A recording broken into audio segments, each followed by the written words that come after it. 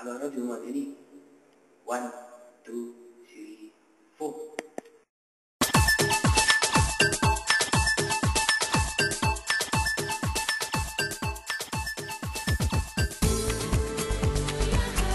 راديو مجانين، نقول كلام احلف يمين، وافضل اقول كده كده حلوين. راديو مجانين، مواهب بتتعاجب واشعار وانغام واحلى كلام. مع راديو مجانين هنقول لكم النهارده سر السعاده الزوجيه، نصيحه خالصه لوجه الله لكل زوج تعباه مراته ومدوخاه. تتعشوا في المطعم يومين في الاسبوع، هي تروح الثلاث وانت تروح الجمعه. دايما تفسحها بس في اماكن بعيده شويه عن البيت، وانت وشطارتك بقى لو عرفت تتوهها ومعرفتش ترجع البيت تاني. اسألها في عيد جوازكم تحبي تروحي فين؟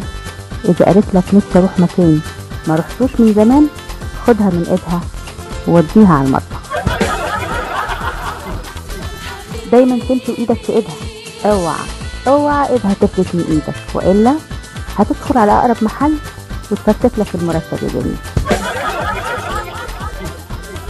كل يوم اشتري ليها حاجه جديده، يعني يوم غساله كهربائيه، يوم مكنسه، يوم تويستر، يوم شفاط، يوم ثلاجه الى اخره.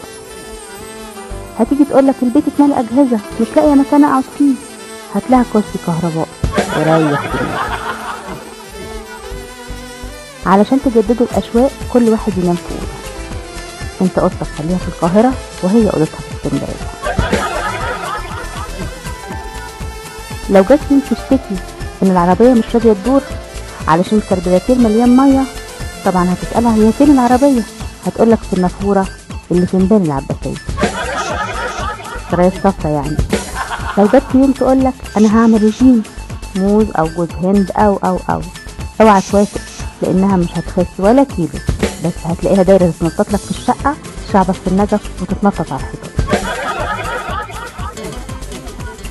كفايه عليك كده النهارده، وبكره نكمل نصايحنا.